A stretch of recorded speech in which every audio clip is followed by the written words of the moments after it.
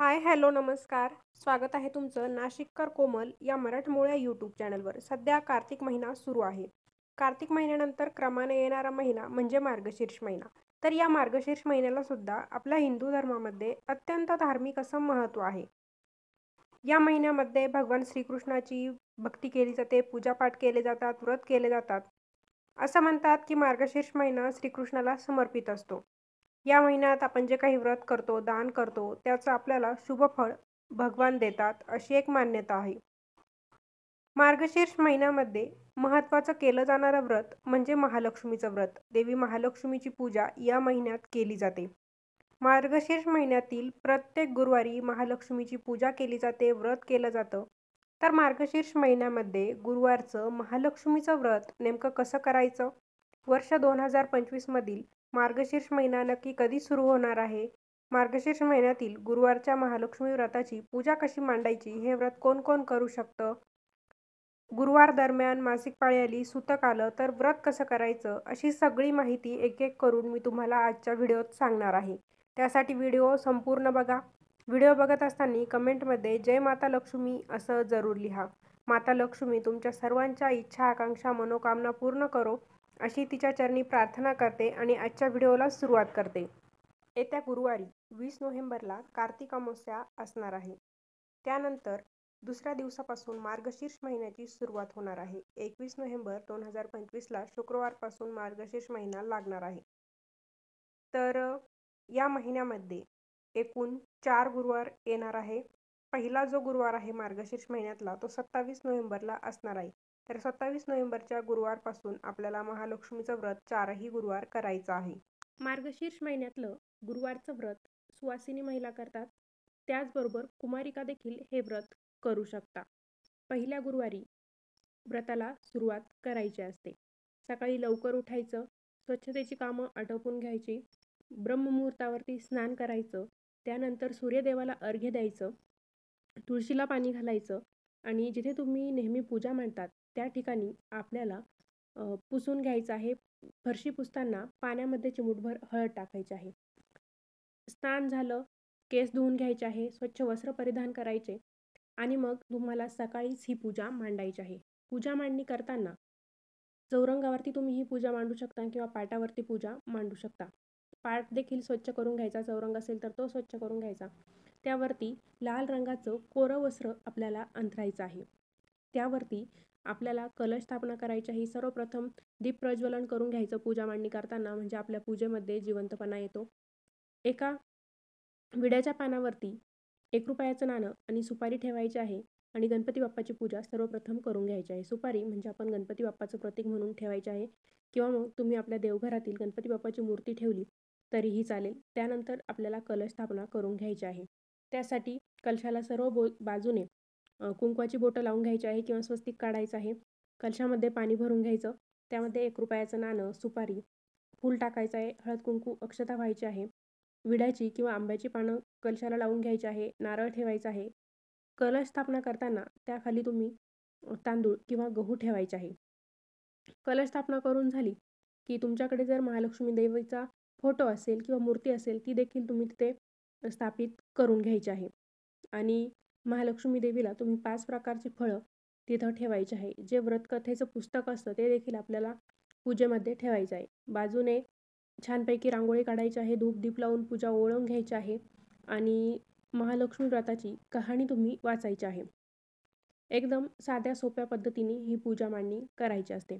बऱ्याच जणी संध्याकाळच्या वेळी ही पूजा मांडणी करतात, लगेच कहाणी वाचतात आणि व्रत सोडून देतात. पण शक्यतो पूजा मांडणी सकाळीच करून घ्यायची आहे आणि संध्याकाळी मग तुम्ही कहाणी वाचायची आहे, आरती करायची आहे. त्यानंतर देवीला खिरीचा नैवेद्य दाखवायचा आहे आणि हा उपवास सोडायचा आहे. प्रत्येक गुरुवारी आपल्याला अशीच पूजा मांडणी करायची आहे. प्रत्येक गुरुवारी वेगळं साहित्य मांडायची गरज नाही. जेव्हा तुम्ही पहिल्या गुरुवारी हे व्रत सोडाल तर दुसऱ्या दिवशी म्हणजे शुक्रवारी सकाळी उत्तर पूजा करायची आहे. जे फळं वगैरे असतात ती प्रसाद स्वरूपात वाटून द्यायची आहे. विड्याची जी पानं असतील किंवा आंब्याची पानं असतील ती वाहत्या पाण्यात विसर्जित करून द्यायची आहे. पण मात्र जे धान्य असेल, 1 रुपयाचं नाणं असेल, जो तुम्ही विडा ठेवलेला असेल खारीक खोबऱ्याचा, तो तुम्ही 4ही गुरुवारी वापरला तरी चालेल. आणि शेवटच्या गुरुवारी 7 कुमारिका म्हणजे कुमारिकेने जर हे व्रत केलं असेल तर 7 कुमारिका तुम्ही घरी बोलवायच्या आहे किंवा 9 बोलू शकता, 5 बोलू शकता. सुवासिनींनी हे व्रत केलं असेल तर 5, 7 किंवा 9 कुमारिका घरी बोलवायचं आहे. त्यांना व्रतकथेचं एक पुस्तक आणि फळ देऊन या व्रताचं उद्यापन आपण करायचं असतं. तर अशा पद्धतीने हे 4ही गुरुवार आपल्याला महालक्ष्मी देवीचं व्रत करायचं आहे. हे व्रत करताना फलाहार करून करायचं असतं. या व्रताला खिचडी किंवा भगर खाल्ली जात नाही. हे व्रत फलाहार करूनच केलं जातं. समजा तुम्हाला एखाद्या गुरुवारी मासिक पाळी असेल किंवा मग सुतक असेल किंवा बाहेरगावी गेले आहे, तुम्हाला पूजा मांडणी करणं शक्य झालं नाही, सध्या लग्न सराई सुरू आहे, तर तुम्ही काय करायचं, एक गुरुवारी हे व्रत एक्स्ट्रा करायचं आहे. म्हणजे तुमचा एक गुरुवार जर मासिक पाळीमध्ये गेला असेल तर तुम्ही व्रत करायचं आहे, पण पूजा मांडणी तुमच्याकडून करणं झालेली नसते. त्यामुळे एक गुरुवारचं व्रत तुम्ही एक्स्ट्रा करायचं आणि पुढच्या महिन्यात येणारा म्हणजे जो काही तुमचा शेवटचा गुरुवार असेल त्यामध्ये तुम्ही या व्रताचं उद्यापन करायचं आहे. शेवटच्या गुरुवारी व्रताचं उद्यापन करणं खूप महत्त्वाचं आहे. 7 सुवासिनी किंवा कुमारिका तुम्ही घरी बोलवायच्या आहेत. त्यांना शृंगार साहित्य द्यायचं आहे. महालक्ष्मी व्रताचे जे पुस्तक आहे ते द्यायचं आहे आणि केळी ओटीत घालून त्यांना आपण नमस्कार करायचा आहे. बऱ्याच घरी सुवासिनींना जेवू देखील घातले जाते. समजा त्या मुलींना उपवास नसेल, सुवासिनींना उपवास नसेल तर तुम्ही त्यांना जेवू घालू शकता. पण काय असतं, मार्गशीर्ष महिन्यामध्ये जवळपास सर्व सुवासिनींना किंवा कुमारिकांना उपवास असतो. त्यामुळे तुम्ही जेवणाचा आग्रह नाही केला तरी चालेल, पण त्यांना तुम्ही प्रसाद स्वरूपात खीर देऊ शकता आणि त्यांना फळं देखील द्यायचे आहे.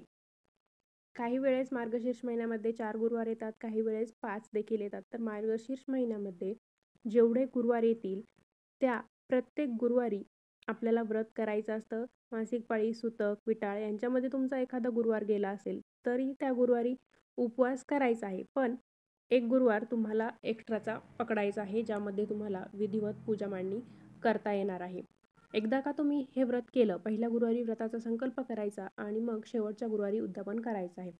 एकच वर्ष हे व्रत करायचं नाही, तर तुम्ही कमीत कमी सलग 5 वर्ष तरी हे व्रत करायचं आहे. तुम्हाला फक्त 5च वर्ष करायचं असेल तर शेवटच्या गुरुवारी या व्रताचं उद्यापन तुम्ही करायचं आहे. बरेच जण वर्षानुवर्ष हे व्रत करत असतात.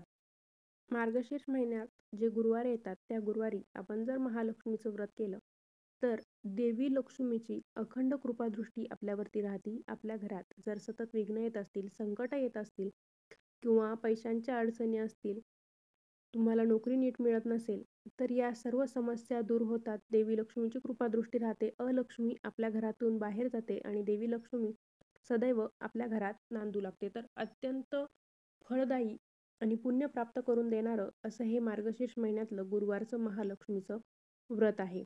तर तुम्ही हे व्रत करता की नाही मला कमेंटद्वारे कळवायला विसरू नका. मी देखील महालक्ष्मीचं व्रत केलेलं आहे. तुमच्या काही इच्छा असतील त्या पूर्ण होत नसतील तर त्या मनात ठेवून तुम्ही प्रत्येक गुरुवारी भक्तिभावाने महालक्ष्मीचं गुरुवारचं व्रत करा. आणि जर त्यातली त्यात पैशांसंबंधी अडचणी असतील तर तुम्ही हे व्रत नक्कीच करा. नक्कीच तुम्हाला त्याचं चांगलं फळ मिळेल. तर मंडळी, असा होता आजचा व्हिडिओ. आजच्या व्हिडिओमध्ये आपण मार्गशीर्ष महिन्यातलं गुरुवारचं महालक्ष्मीचं व्रत नक्की कसं करायचं, हे व्रत कोण करू शकतं, पूजा मांडणी कशी करायची, त्याचबरोबर उत्तरपूजा कशी करायची, सुतक असेल, मासिक पाळी असेल तर व्रत कसं करायचं, उद्यापन कसं करायचं, अशी सगळी माहिती तुम्हाला सांगितलेली आहे. तुमच्या मनात काही प्रश्न असेल तर कमेंटद्वारे नक्की विचारा. चॅनलवर नवीन असाल तर चॅनलला सबस्क्राईब करायला विसरू नका. व्हिडिओ आवडला असेल तर व्हिडिओला लाईक करा, शेअर करा. पुन्हा भेटूया अशाच एका नवीन व्हिडिओसोबत. धन्यवाद.